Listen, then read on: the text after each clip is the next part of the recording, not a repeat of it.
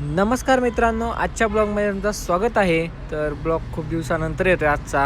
आज सकाळी जिमला जाण्यासाठी निघालो, सुमित आलता घेण्यासाठी. मग आज लवकरच जरा जिमला जायचं होतं. जाताना खूपच थंडी होती. सुमित मला सांगत होता की आज जिमला जायचं का नको, खूप थंडी वाजते.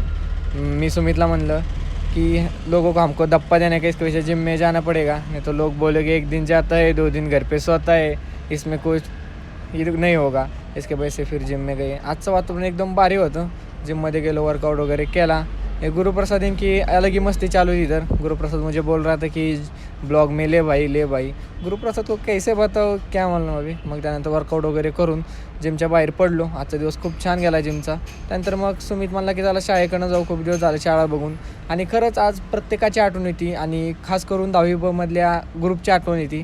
खरंच की 10वी म्हणजे शेवटचा टप्पा असतो आपल्या आयुष्यातला. आणि 10वी म्हणजे खूप काही शिकण्यासारखं असतं 10वीमध्ये. आणि ह्या शाळेत कोण कोण होतं मला कमेंट करून नक्की सांगा. आणि त्यानंतर मग गप्पा मारत गेलो, घरी निघालो. त्यानंतर मग आपल्या महाराजांचं दर्शन घेतलं. मन एकदम प्रसन्न होतं आणि महाराजांचं दर्शन घेऊन निघालो घराकडे जाण्यासाठी. मग वाटेत खरंच की एक अनुभव घेतला आज की शाळा म्हणजे शेवटचा टप्पा असतो आणि शाळेत आपल्याला खूप काही शिकण्यासारखं मिळतं. तर कसा वाटला आजचा मिनी ब्लॉग कमेंट करून नक्की सांगा. भेटूया उद्याच्या ब्लॉगमध्ये. Bye bye.